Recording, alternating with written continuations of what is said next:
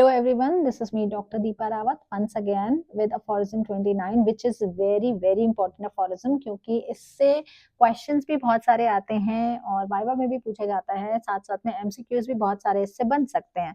So for notes you can go to my telegram channel or notes. For any queries or questions you can mail me on this email address. So I should not waste the time and start reading the aphorism क्योंकि video थोड़ा सा लंबा होने वाला है. Before that, if you have not subscribed to the channel yet, please do subscribe it and share this video with your friends and colleagues. So aphorism 29 is rewritten in the 6th edition. 5th edition का भी हमने बताया है और 6th edition का भी मैंने इसमें लिया है. बहुत ज़्यादा मेजर चेंजेस नहीं है, बट जो भी चेंजेस है मैंने सोचा है कि उसको एक्सप्लेन करना सही रहेगा. So I'll read the aphorism for you. मैं बहुत धीरे धीरे रीड करूंगी और धीरे धीरे आपको समझाती भी चली जाऊंगी.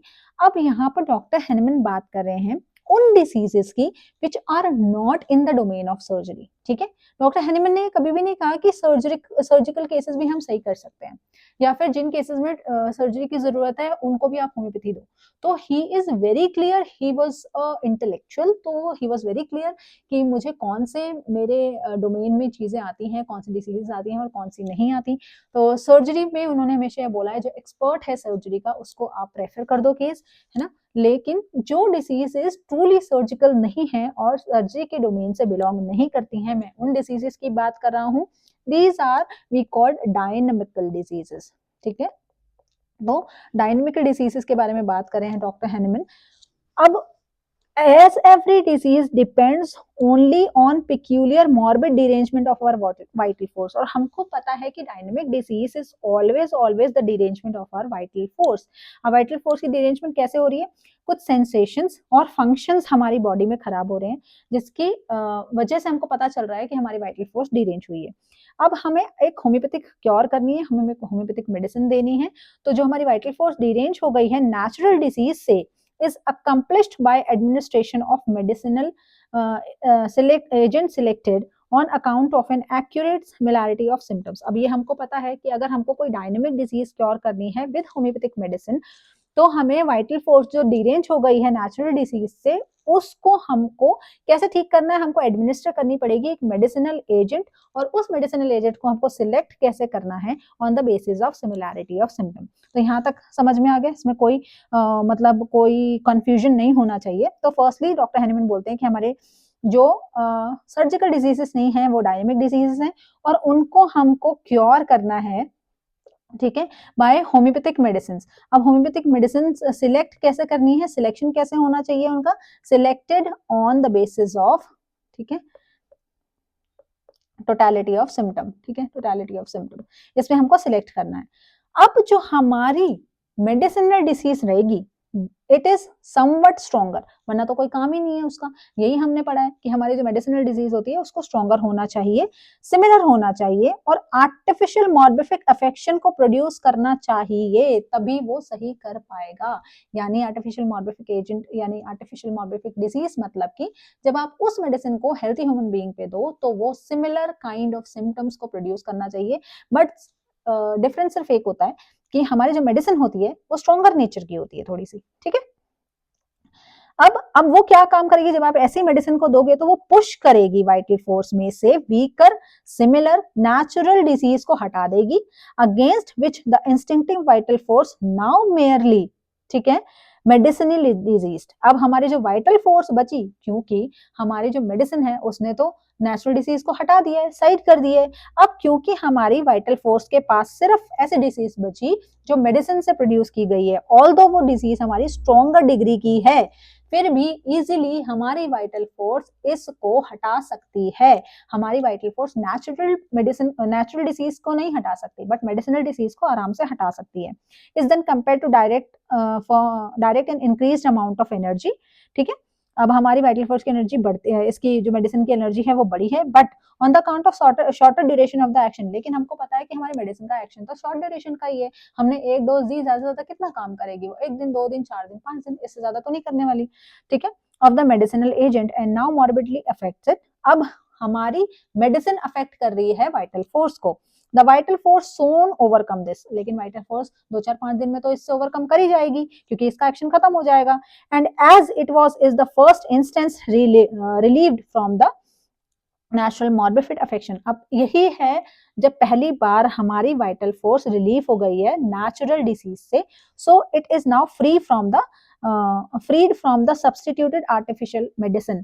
ठीक है, अब वाइटल फोर्स ने मेडिसिनल डिसीज ने नेचुरल डिजीज को हटा दिया, वाइटल फोर्स के पास सिर्फ मेडिसिनल डिसीज बच रही है। अब मेडिसिनल डिजीज को भी वो थोड़े दिनों बाद हटाने ही वाली है, क्योंकि मेडिसिन का एक्शन तो वैसे ही खत्म हो जाने वाला है। हेंस जो हमारी वाइटल फोर्स है वो अगेन हेल्दी हो गई है और अपने वाइटल ऑपरेशंस चालू कर दिए उसने। This is highly probable explanation of the process rest on the following axioms. अब आगे जो है जो और भी एक्सप्लेनेशन रहेगी वो आगे के अफॉरिज्म्स में हमको बताएंगे। अच्छा, यही 5th एडिशन, थोड़ा सा 6th एडिशन भी हम पढ़ लेते हैं। As every disease not entirely surgical, जो सर्जिकल नहीं है, consist only a special morbid dynamic alteration of our vital force. Only उन डिजीज की बात करी है जो सर्जिकल नहीं है, जो डायनेमिक है, और उनमें हमारी वाइटल फोर्स का ऑल्टरेशन होता है, जो हमारी प्रिंसिपल ऑफ लाइफ है। मैनिफेस्ट कैसे होती है ये? सेंसेशन एंड मोशन, कुछ सेंसेशन या कुछ चेंजेस होते हैं, मोशन मतलब चेंजेस होते हैं बॉडी के अंदर। So in every homeopathic cure, अब होम्योपैथिक क्योर करनी है तो क्या होगा? This principle of life dynamically altered by natural disease is seized.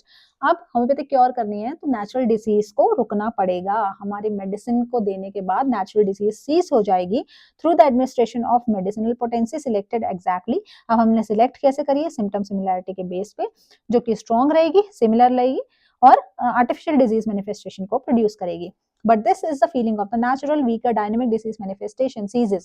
हमारी natural disease cease हो गई है और disappear हो गई है। This disease manifestation no longer exists for the principle of the life which is now occupied and governed merely by the stronger artificial disease manifestation.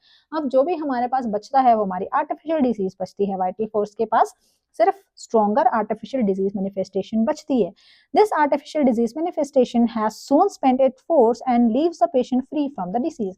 और धीरे धीरे करके जैसे जैसे इसका एक्शन खत्म होता जाता है वैसे वैसे मेडिसिनल डिजीज भी हटती जाती है और पेशेंट डिजीज फ्री हो जाता है, क्योर हो जाता है।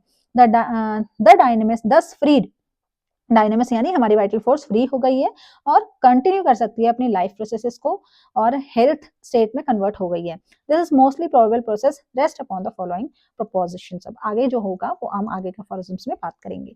ठीक है, तो दोनों सिमिलर ही थे, बस थोड़ा सा लैंग्वेज का हेर फेर है, बाकी और कुछ नहीं। इसमें और अच्छे से और बेहतर तरीके से समझाने की कोशिश की है।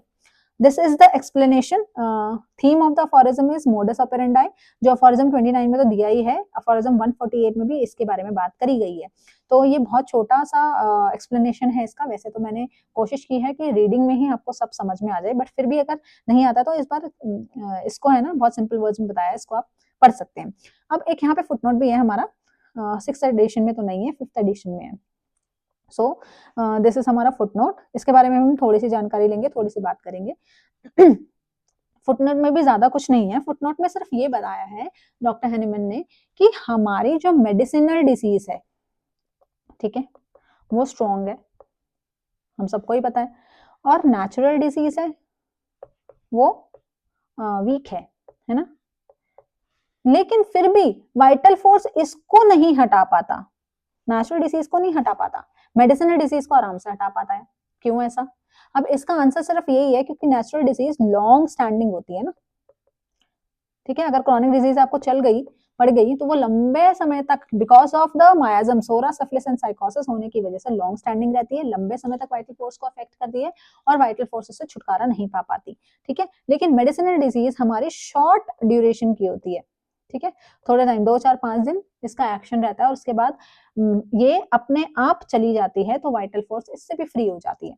तो क्या होगा, मान लीजिए ये आपका वाइटल फोर्स है, ठीक है, इस पे पहले आती अटैक करती है हमारी नेचुरल डिसीज। ठीक है, नेचुरल डिसीज अटैक करी।